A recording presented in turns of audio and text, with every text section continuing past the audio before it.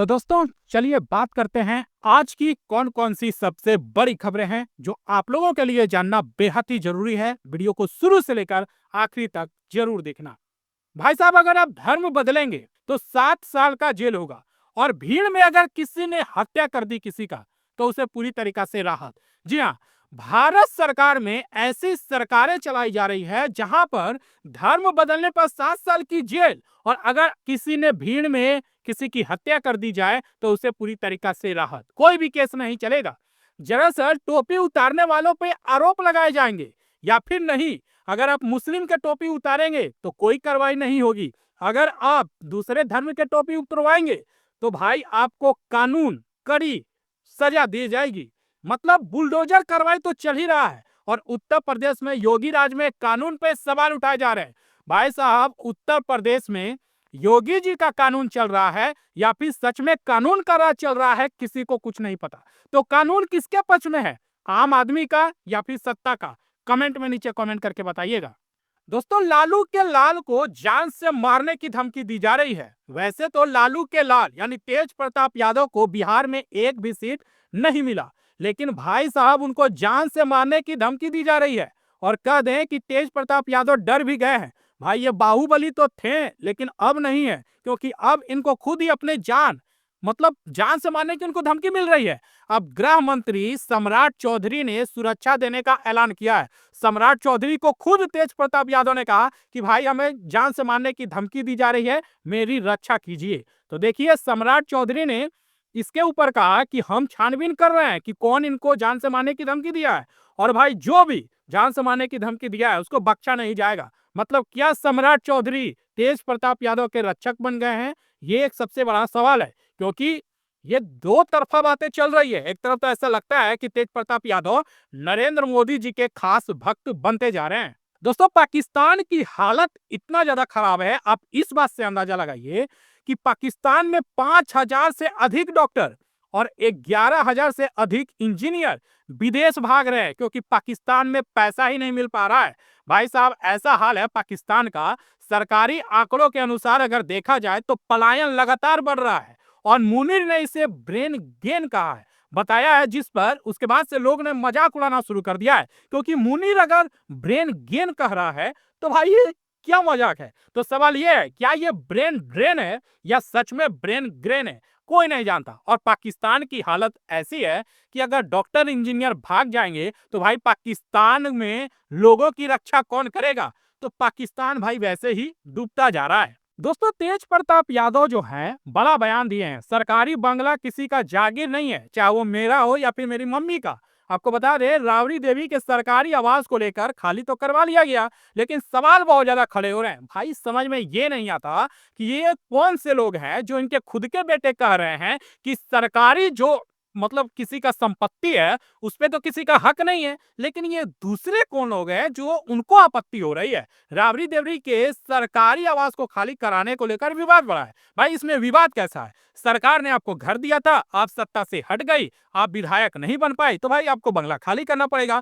तेज प्रताप यादव ने कहा यह निजी संपत्ति तो नहीं है, कानून लागू सबके ऊपर होता है, चाहे मेरे ऊपर हो या फिर मेरी मम्मी के ऊपर। भाई कानून सबके लिए बराबर है। तो क्या बंगला राजनीति का निशाना बनाया जा रहा है या कानून का आदेश पालन किया जा रहा है? एक बात तो तय है कि हो सकता है तेज प्रताप यादव बीजेपी में शामिल हो जाए, ये तो मुझे 100% श्योर लग रहा है। दोस्तों, अगर आप सोना खरीदने के लिए जा रहे हैं तो आप लोग जान लीजिए, सोना लगभग 1.5 लाख रुपए प्रति तोला पहुंच गया, यानी 10 ग्राम सोने का भाव 1.5 लाख रुपया। मतलब अभी तो फिलहाल 1,42,000 के आसपास है, लेकिन 8,000 बनने में कितना टाइम लगेगा? 3-4 महीने पहले लगभग 90,000 के आसपास था, अभी 1.5 लाख रुपए। अब लोग पता है क्या कर रहे हैं? 22 कैरेट का जो सोना, शुद्ध सोना कहा जाता है ज्वेलर्स बनाने के लिए, 14 कैरेट का खरीद रहे हैं या फिर 18 कैरेट का। मतलब जो 18 कैरेट का भी खरीद पा रहा है ना, वही बहुत बड़ी बात है। तो 14 कैरेट से क्या करेंगे? इतना ज्यादा महंगा हो गया। लेकिन जिन लोगों ने सोने में इन्वेस्ट किया होगा ना भाई, वो तो मालामाल हो गए होंगे।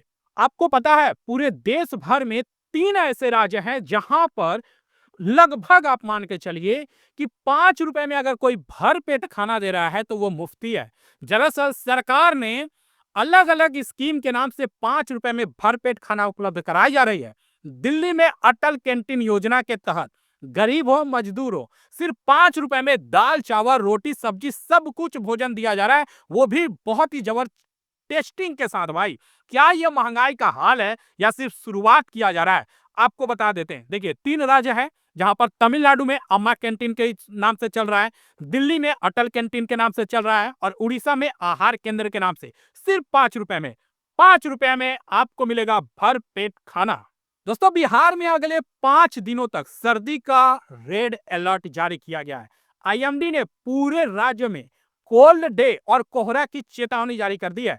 तापमान बहुत ज्यादा गिर गया है और ठंड काफी ज्यादा बढ़ गया है। भाई ऐसा है कि आप तैयार हैं इस ठंड से निपटने के लिए, क्योंकि लोग रूम में भी बंद है ना, तो भाई पता नहीं कहां कहां से हवा घुस जा रहा है, पता ही नहीं चल रहा है। लोग हवा भी छोड़ रहे हैं ना, तो भी उनको ठंडा लग रहा है।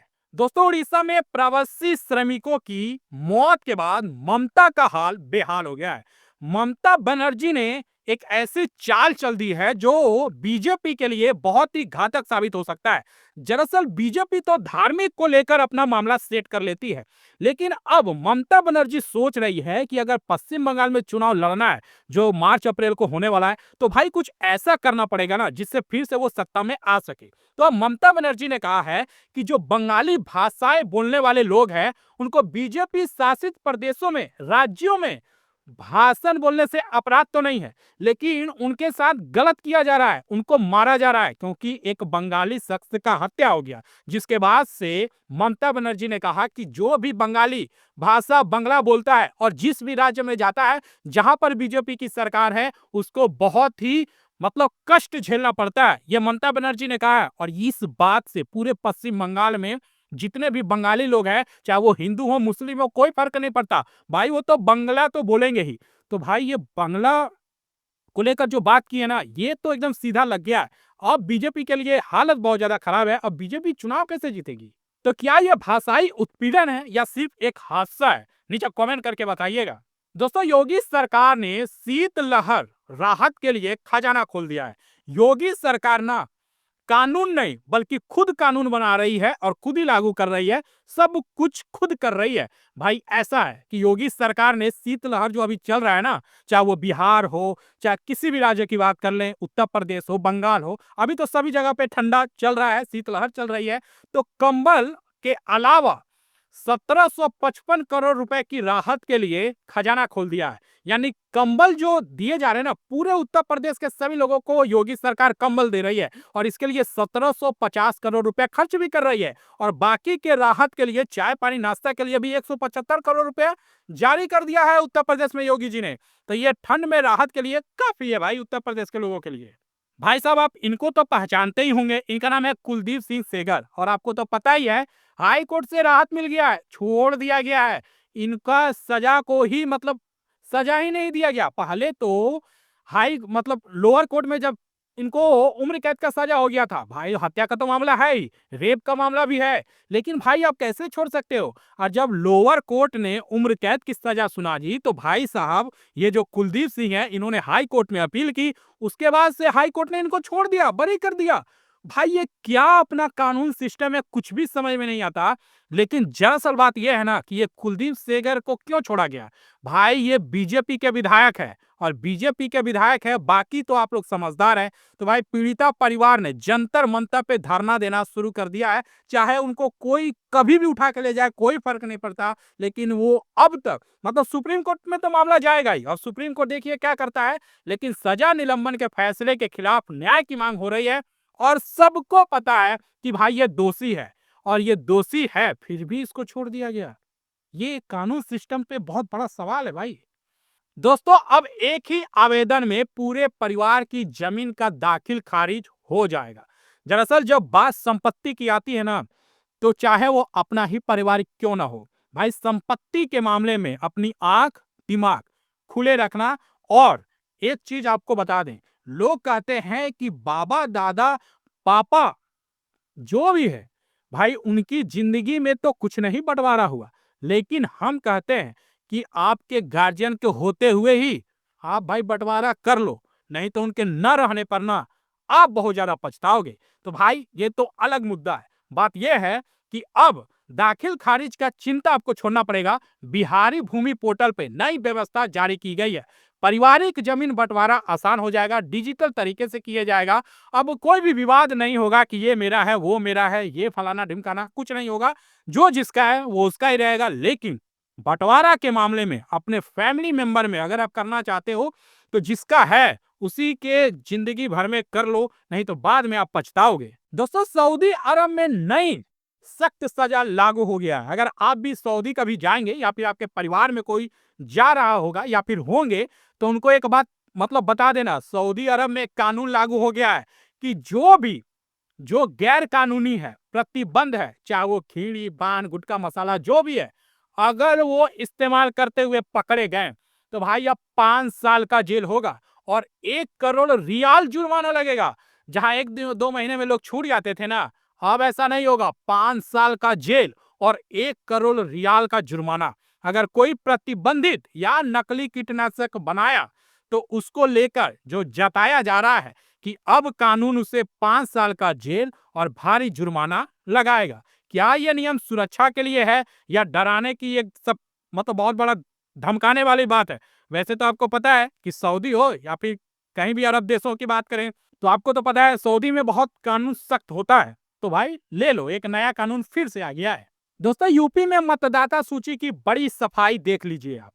लगभग 3 करोड़ नाम को हटा दिया गया। सोचिए, उत्तर प्रदेश में 3 करोड़ मतलब लगभग 2 करोड़ 89 लाख के आसपास, 3 करोड़ ऑलमोस्ट आप कह सकते हो कि सूची से ही हटा दिया गया, यानी कि वो वोट ही नहीं दे सकते हैं। एसआईआर प्रक्रिया में लगभग 2 करोड़ 89 लाख करोड़ वोटरों के नाम हटा दिए गए। 31 दिसंबर को ड्राफ्ट सूची जारी हो जाएगा। आप जरूर चेक कर लेना अपना नाम 31 दिसंबर को, क्योंकि लगभग 3 करोड़ अगर नाम हटा दिए गए हैं उत्तर प्रदेश में, यानी वोटर उनका डीएक्टिवेट हो गया है, तो उनका क्या होगा? फिर से आपको जो है फॉर्म भरना होगा। तो आपका नाम सुरक्षित है या फिर नहीं, नीचे डिस्क्रिप्शन को चेक कर लीजिए, ऑफिशियल वेबसाइट में जाकर अपना नाम जरूर चेक कर लेना।